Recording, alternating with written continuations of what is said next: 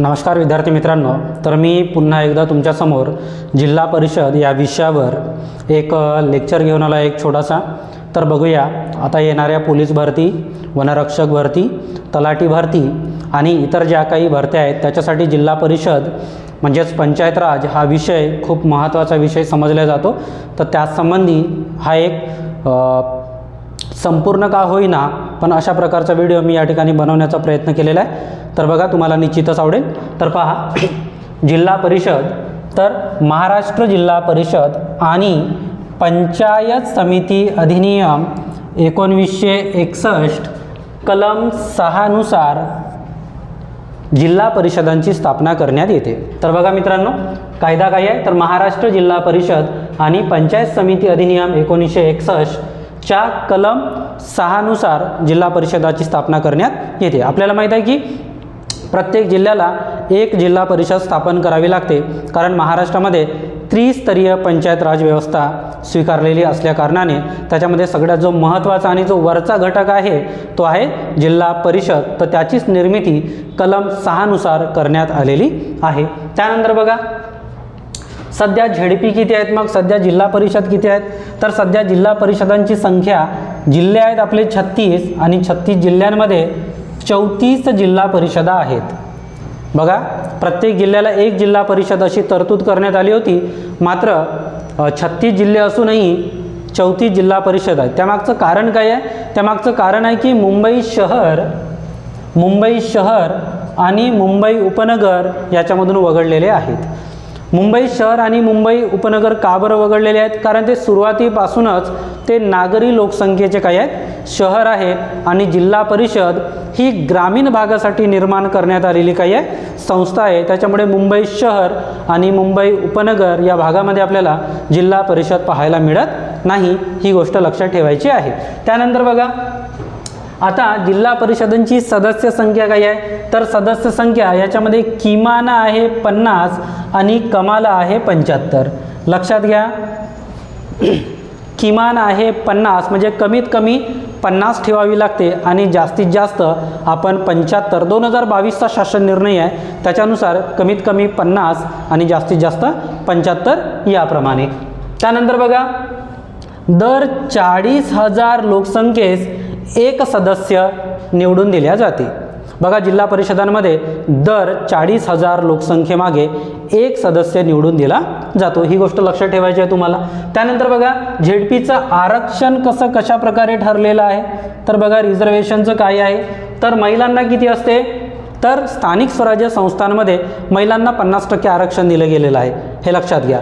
तर आणि नागरिकांचा मागास प्रवर्ग म्हणजे जे काही इतर मागास प्रवर्ग आहे त्याच्यामध्ये 27% जागा या राखीव ठेवलेल्या असतात, हे लक्षात घ्या. मग एससी आणि एसटीचं कसं आहे, तर एससी आणि एसटीचं आहे त्या जिल्ह्यातील लोकसंख्येच्या त्यांच्या प्रमाणानुसार. हे बघा, अशा प्रकारे जिल्हा परिषदाचं रिझर्वेशन आरक्षण ठरवून दिलेलं आहे. महिलांना 50%, नागरिकांचा मागास प्रवर्ग आहे त्यांना 27%, एससी एसटी आहे त्यांना जिल्ह्यातील लोकसंख्येत त्यांच्या प्रमाणानुसार काय मिळणार, त्यांना जागा मिळणार. त्यानंतर बघा, निवडणूक पद्धत काय असते, तर निवडणूक पद्धत काय आहे, तर प्रत्यक्ष, प्रौढ आणि गुप्त मतदान या पद्धतीने निवडणूक घेतली जाते. बघा, दर 5 वर्षांनी घेतली जाते. जिल्हा परिषदांची जी निवडणूक आहे ती दर 5 वर्षांनी घेतली जाते. आणि 1992च्या जी 73वी घटना दुरुस्ती झालेली होती त्याच्यानुसार ती दर 5 वर्षांनी घेतली जाते. तर ही आहे निवडणूक पद्धत. त्याच्यानंतर बघा, सदस्यांची पात्रता काय लागते. मग जर जिल्हा परिषदेला एखाद्या सदस्याला उभं राहायचं असेल तर त्याच्या अंगी कोणती पात्रता असावी, तर पात्रता पाहिजे, त्याचं वय पाहिजे 21 वर्ष. बघा मित्रांनो, लक्षात घ्या, त्याचं वय पाहिजे 21 वर्ष. त्यानंतर मतदारसंघ यादीमध्ये त्याचं नाव पाहिजे, ज्या मतदारसंघामध्ये तो निवडणूक लढत आहे त्या मतदारसंघाच्या यादीमध्ये त्याचं काय असायला पाहिजे, नाव असायला पाहिजे. आता बघा, त्यानंतर सदस्याचा कालावधी. मग सदस्य किती वर्ष आपल्या पदावर राहू शकतो, तर बघा 5 वर्ष तो आपल्या पदावर राहू शकतो. म्हणजे जेवढा कार्यकाल कोणाचा ठरवून देण्यात आलेला आहे, जेवढा कार्यकाळ जिल्हा परिषदेचा ठरवून देण्यात आलेला आहे 5 वर्ष, तेवढाच कार्यकाळ तो सदस्य काय राहतो, पदावर राहू शकतो. 6 महिन्याची त्याला वाढ राज्य शासन देऊ शकते. मात्र कशा परिस्थितीमध्ये, जर जिल्हा परिषदांचा कारभार सुयोग्य रीतीने चालत नाही आहे या कारणास्तव किंवा निवडणुका घेण्यास विलंब लागला या कारणास्तव 6 महिन्यांची जास्तीत जास्त सदस्यांना मुदतवाढ मिळू शकते याप्रमाणे. त्यानंतर बघा अध्यक्ष आणि उपाध्यक्ष बघा अध्यक्ष आणि उपाध्यक्ष कसे निवडले जातात. तर जे इलेक्शन झाल्यानंतर म्हणजे निवडणूक झाल्यानंतर एक विशेष सभा बोलवतात, जिल्हाधिकारी बोलवतात. ठीक आहे. तर बघा जिल्हाधिकारी विशेष सभा बोलवतात आणि जिल्हाधिकारी किंवा उपजिल्हाधिकारी सभेचे अध्यक्षस्थान भूषवतात. जिल्हाधिकाऱ्यांनी अधिकार दिले कोणाला? उपजिल्हाधिकाऱ्यांना. तर उपजिल्हाधिकारी काय करतात? त्या सभेचे अध्यक्षस्थान भूषवितात आणि अध्यक्ष किंवा उपाध्यक्षाची, अध्यक्ष आणि उपाध्यक्षाची दोघांची निवड केली जाते. मग याचा कार्यकाल काय असतो अध्यक्ष उपाध्यक्षांचा?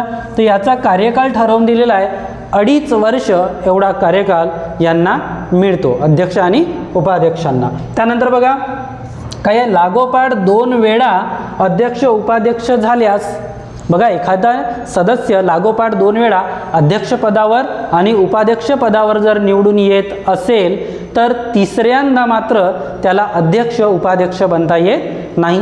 मात्र उपाध्यक्ष असलेला अध्यक्ष बनू शकतो आणि अध्यक्ष असलेला उपाध्यक्ष बनू शकतो. ही सुद्धा या ठिकाणी आपल्याला बाब लक्षात ठेवावी लागेल. त्यानंतर बघा 1995 पासून झेडपीचा जो अध्यक्ष असतो त्याला राज्यमंत्री पदाचा दर्जा देण्यात आलेला आहे.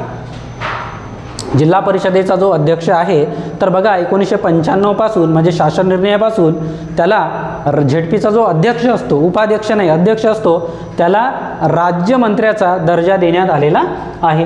त्यानंतर बघा जर यांच्या निवडीचा जर वाद निर्माण झाला, यांच्या निवडीचा जर वाद निर्माण झाला अध्यक्ष उपाध्यक्षांच्या, तर काय तरतूद आहे? तर बघा 30 दिवसांच्या आत विभागीय आयुक्ताकडे अपील करावी लागते. लक्षात घ्या 30 दिवसाच्या म्हणजे 1 महिन्याच्या आत विभागीय आयुक्ताकडे अपील करावी लागते आणि तिथेही जर त्यांचं समाधान नाही झालं तर पुन्हा 30 दिवसांच्या आत राज्य शासनाकडे अपील करावी लागेल. लक्षात घ्या पहिल्यांदा जेव्हा अपील करतात तेव्हा विभागीय आयुक्तांना अपील करावी लागते आणि जेव्हा दुसऱ्यांदा अपील करतात तेव्हा राज्य शासनाला अपील करावी लागते. त्यानंतर बघा त्यानंतर आहे झेडपी सभा, जिल्हा परिषदेच्या सभा बघा. तर झेडपीच्या सभा कलम 11 नुसार घेतल्या जातात आणि बघा दर 3 महिन्याला एक सभा घेतली जाते. मग मित्रांनो दर 3 महिन्याला एक सभा जर घेतली जात असेल तर वर्षामध्ये 12 महिने असतात. मग 12 महिन्याच्या किती सभा होतील? तर 4 सभा होतील. बरोबर आहे की नाही?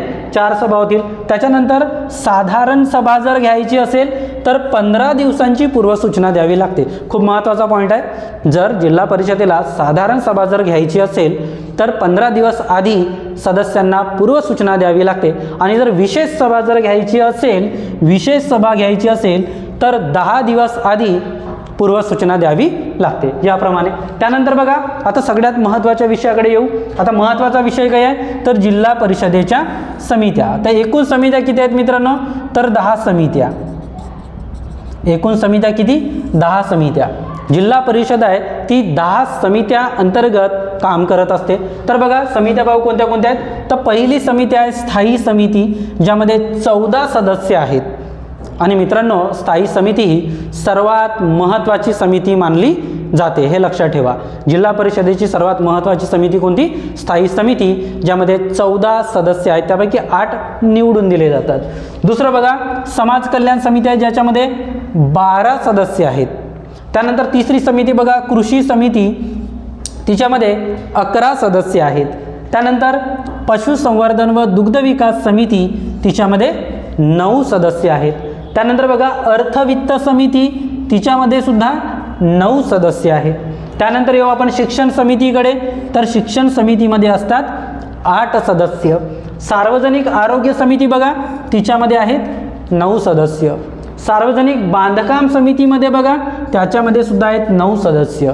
त्यानंतर बघा महिला बालकल्याण समिती, त्याच्यामध्ये सुद्धा आहेत 9 सदस्य. आणि शेवटची समिती आहे जल व्यवस्थापन व जलनिस्सारण समिती, त्याच्यामध्ये 16 सदस्य आहेत.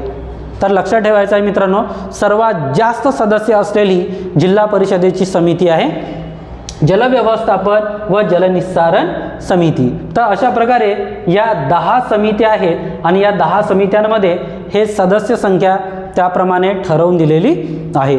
तर अशा प्रकारे छोटासा का प्रयत्न का होईना पण मी या व्हिडिओमधून संपूर्ण जिल्हा परिषद परीक्षेच्या दृष्टिकोनातून कव्हर करण्याचा प्रयत्न केलेला आहे.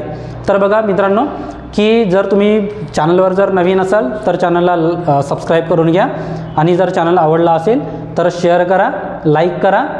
धन्यवाद.